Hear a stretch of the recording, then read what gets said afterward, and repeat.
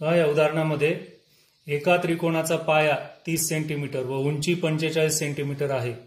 दुसऱ्या त्रिकोणाचा पाया 10 सेंटीमीटर व उंची 9 सेंटीमीटर आहे. तर त्या त्रिकोणांच्या क्षेत्रफळांचे गुणोत्तर काढा.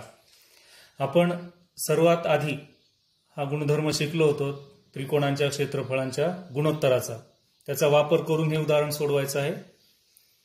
आता इथे पहा, त्रिकोणांच्या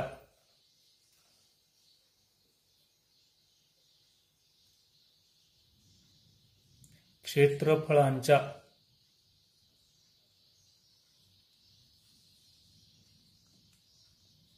गुणोत्तराच्या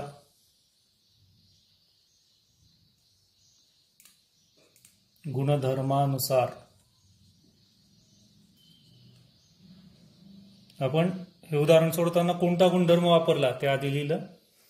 हा गुणधर्म काय सांगतो की एका त्रिकोणाचे क्षेत्रफळ एरिया ऑफ ट्रायंगल 1 भागिले दुसऱ्या त्रिकोणाचे क्षेत्रफळ बरोबर इथे क्षेत्रफळांचं गुणोत्तर पहिल्या त्रिकोणाचं क्षेत्रफळ भागिले दुसऱ्या त्रिकोणाचं क्षेत्रफळ बरोबर. हे कसं असतं, पहिल्या त्रिकोणाचा पाया गुणिले त्याची उंची भागिले दुसऱ्या त्रिकोणाचा पाया गुणिले त्याची उंची. म्हणून एरिया ऑफ ट्रायंगल 1 भागिले एरिया ऑफ ट्रायंगल 2 बरोबर. आता पहिल्या त्रिकोणाचा पाया 30 गुणिले पहिल्या त्रिकोणाची उंची 45 सेमी छेद दुसऱ्या त्रिकोणाचा पाया गुणिले दुसऱ्या त्रिकोणाची उंची. आता हे उदाहरण सोडवताना इथल्या इथे संक्षिप्त रूप देता येतं किंवा या दोघांचाही गुणाकार करा, अंशांचा छेदस्थानी छेदांचा गुणाकार आणि मग सोडवा. कुठल्याही पद्धतीने करता येतं. 10 1 10 10 त्रिक 30 9 1 9 9 5 45. आता इथे 3 गुणिले 5 म्हणजे 3 5 15 छेद 1 बरोबर. हे गुणोत्तर आलं 15 जसे 1. अशा उदाहरणांमध्ये कधी कधी गुणोत्तरही दिलेलं असतं, म्हणजे डावी बाजूही दिलेली असती की गुणोत्तर 15 जसे 1 आहे. एका त्रिकोणाचा पाया 30 आहे, उंची 45 सेंटीमीटर आहे, दुसऱ्या त्रिकोणाचा पाया 10 सेंटीमीटर आहे. तर त्याची उंची काढा. नीट लक्ष द्या, हे आधी सरळ सरळ दिलेलं होतं सगळं. यात उदाहरणात बदल करून काय करू शकतात की क्षेत्रफळांचा गुणधर्म वापरायचा आहे तोच, पण इथे क्षेत्रफळांचं गुणोत्तर दिलेलं असेल. एका त्रिकोणाचा पाया उंची, दुसऱ्या त्रिकोणाचा फक्त पाया दिला असेल, आपल्याला उंची काढायची. तर त्याच सूत्राचा वापर करायचा आणि सूत्रात आवश्यक ते बदल करायचे आहेत.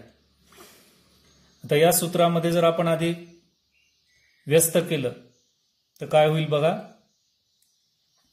10 गुणिले h2 छेद हे 30 गुणिले 45 बरोबर. उजव्या बाजूचाही व्यस्त होईल 1/15. म्हणजे फक्त h2 ठेवायचं डावीकडे. h2 बरोबर हे 1/15 गुणिले, आता हा जो छेद आहे हा इकडे अंशात येईल 30 गुणिले 45 छेद हा जो अंश आहे हा इकडे छेदात येईल 10. 10 1 10 10 त्रिक 30 15 1 15 15 त्रिक 45 बरोबर. 3 गुणिले 3 म्हणजे 3 त्रिक 9. दुसऱ्या त्रिकोणाची उंची आली 9 सेंटीमीटर. सूत्र एकच आहे पण त्याचा वापर वेगवेगळ्या पद्धतीने होऊ शकतो. त्यामुळे तशा उदाहरणांसाठी आपण तयार राहायचं. सूत्रामध्ये आवश्यक ते बदल करून, सूत्रामध्ये म्हणजे किमती ठेवल्यानंतर डावी बाजू उजवी बाजू यांच्यात आवश्यक ते बदल करून ते उदाहरण सोडवता येतं. या उदाहरणामध्ये रेषा L समांतर रेषा M दिलेली आहे. ही रेषा आणि ही रेषा या दोघी एकमेकींना समांतर रेषा आहेत. इथे 2 त्रिकोण दिसत आहेत. प्रत्येक त्रिकोणाचे 3ही शिरोबिंदू या 2 समांतर रेषांवर आहेत. त्यामुळे जर असं असेल 2 समांतर रेषांमध्ये जर हे 2 त्रिकोण व्यापलेले असतील तर त्यांची उंची समान असते. कारण समांतर रेषा म्हणजे त्यांच्यामधलं अंतर हे कायम समान असतं लंबांतर, म्हणून या दोन त्रिकोणांची उंची समान आहे. हे इथे पटकन लगेच लक्षात यायला पाहिजे अशा आकृत्या पाहिल्या की. म्हणजेच हे दोन समान उंचीचे त्रिकोण झाले. लगे विचार करायचा की पाया समान आहे का यांचा, तर त्रिकोण सीएमपीचा पाया आहे एमपी आणि त्रिकोण टीडीएसचा पाया आहे डीएस. आणि त्यांची लांबी दिलेली आहे.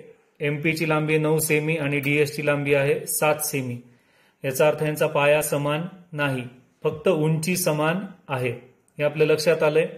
त्यामुळे लिहिताना लिहायचं, उत्तर पाहता त्याचं. प्रश्नात विचारले या दोन त्रिकोणांच्या क्षेत्रफळांचं गुणोत्तर. मग इथे रेषा एल समांतर रेषा एम म्हणून त्रिकोण सीएमपी व त्रिकोण टीडीएस हे समान उंचीचे त्रिकोण आहेत. आता पुढची पायरी, समान उंचीचे त्रिकोण आहेत म्हणून त्यांचे क्षेत्रफळ कसे असतील, त्यांच्या संगत पायांच्या प्रमाणात असतील. म्हणून एरिया ऑफ ट्रायंगल सीएमपी छेद एरिया ऑफ ट्रायंगल टीडीएस बरोबर इज इक्वल टू काय असणार आहे, या दोन त्रिकोणांचं वैशिष्ट्य काय, समान उंचीचे त्रिकोण आहेत म्हणून यांची क्षेत्रफळे त्यांच्या संगत पायांच्या प्रमाणात असणार आहेत. त्रिकोण सीएमपीचा पाया एमपी 9 सेंटीमीटर छेद त्रिकोण टीडीएसचा पाया डीएस 7 सेंटीमीटर, म्हणून हे गुणोत्तर झालं 9/7 किंवा 9 जसे 7. या उदाहरणामध्ये एक आकृती आहे. आकृतीमध्ये इथे दोन त्रिकोण दिसत आहेत आपल्याला, त्रिकोण डीटीएस आणि त्रिकोण जीएसटी. या दोन त्रिकोणांमध्ये जर नीट पाहिलं तर इथं हा जो पाया आहे हा सामायिक आहे, टीएस किंवा एसटी पाया. आणि काय दिलेलं आहे याच्यात आकृतीत, डीटी लंब टीएस, हा डीटी टीएस रेषाखंडाला लंब आहे म्हणजे या त्रिकोणाची ही उंची आहे डीटी. जीएस लंब एसटी, जीएस हा एसटी ला लंब आहे म्हणजे या त्रिकोणाची उंची जीएस आहे. त्यांची लांबी सुद्धा दिलेली आहे, दोघांची उंची दिलेली आहे किती आहे ते, आणि त्या दोन त्रिकोणांच्या या आणि या त्रिकोणाच्या क्षेत्रफळांचं गुणोत्तर विचारलेलं आहे. आता या आकृतीकडे पाहिलं की लगेच लक्षात आलं पाहिजे आपल्याला, बारकाईने पाहायचं आकृतीकडे, आकृती ओळखायला शिका तुम्ही. इथे दोन्ही त्रिकोणांमध्ये पाया समान आहे, सामायिक पाया आहे, सामायिक आहे, समान आहे. त्यामुळे इथे आपल्याला जो गुणधर्म वापरायचा आहे तो आहे समान पाया असलेल्या, समान किंवा सामायिक. या आकृतीमध्ये सामायिक आहे पाया, सामायिक आहे म्हणजे लांबी समानच आहे त्याची. समान पाया असलेल्या त्रिकोणांच्या क्षेत्रफळांच्या गुणोत्तराच्या गुणधर्मानुसार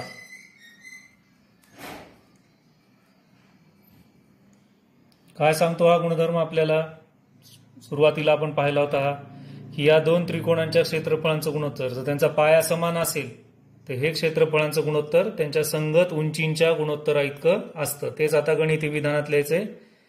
एरिया ऑफ ट्रायंगल डीटीएस छेद एरिया ऑफ ट्रायंगल जीएसटी बरोबर या दोन त्रिकोणांच्या क्षेत्रफळांच्या गुणोत्तर कसं असतं, हे त्यांच्या संगत उंचींच्या गुणोत्तरा एवढं असतं. कशामुळे, तर त्यांचा पाया समान आहे.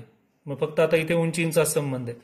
इथं अंशात डीटीएस त्रिकोण आहे म्हणून त्याची उंची डीटी छेद जीएसटी त्रिकोण आहे त्याची उंची आहे जीएस बरोबर डीटीची लांबी आहे 48 एकक छेद जीएस तो आहे 72 एकक. आता हे दोन्ही संख्या एकाच पाढ्यात आहेत का ते पाहायचं, संक्षिप्त रूप देता येतं का. तर इथे या दोन्ही संख्या 24च्या पाढ्यात आहेत बरोबर. 24 दुने 48, 24 त्रिक 72, 2/3. म्हणून हे गुणोत्तर झालं एरिया ऑफ ट्रायंगल DTS छेद एरिया ऑफ ट्रायंगल GST बरोबर 2/3 बरोबर. यालाच आपण असं लिहू शकतो 2/3 किंवा 2 जसे 3. इथे या आकृतीमध्ये एक मोठा त्रिकोण आहे PTR, त्यानंतर PMR हा एक दुसरा त्रिकोण आहे, आणखीन एक DZR हा एक त्रिकोण आहे, DZN हा सुद्धा एक त्रिकोण आहे. हे असे थोडीशी गुंतागुंतीची आकृती दिसली एकदम घाबरून नाही जायचं. विचारलेल्या प्रश्नानुसार त्रिकोणांचे नावं पाहायचे आणि त्या त्या त्रिकोणाच्या नावानुसार त्याचा पाया आणि उंची कोणची आहे हे शोधायचे फक्त बस.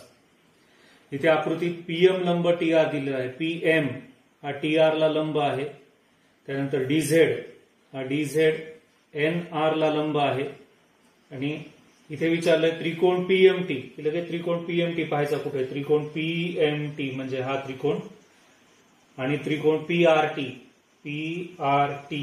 म्हणजे हा मोठा त्रिकोण. यांच्या क्षेत्रफळांचं गुणोत्तर विचारलंय. आता हे सोडवताना पहिलं उदाहरण सोडवताना एरिया ऑफ ट्रायंगल PMT छेद एरिया ऑफ ट्रायंगल PRT बरोबर काय आहे, त्रिकोणांच्या क्षेत्रफळांच्या गुणोत्तराच्या गुणधर्मानुसार. हे क्षेत्रफळांचं गुणोत्तर कसं असतं, त्यांच्या संगत पाया आणि उंचींच्या गुणाकाराच्या गुणोत्तरा एवढं असतं. आता या त्रिकोणाचा पाया आणि उंची PMT चा पाया आहे MT गुणिले त्याची उंची आहे PM. आता त्रिकोण PRT चा पाया PRT त्याचा पाया आहे RT गुणिले त्याची उंची PM. आता इथे हे दोन्ही त्रिकोण समान उंचीचे आहेत, म्हणून ही सामायिक उंची जी होती ती लोप पावली ते गुणाकार असल्यामुळे. राहिला MT छेद RT. इथे कारण लिहायचं त्रिकोणांच्या क्षेत्रफळांच्या गुणोत्तराचा गुणधर्म.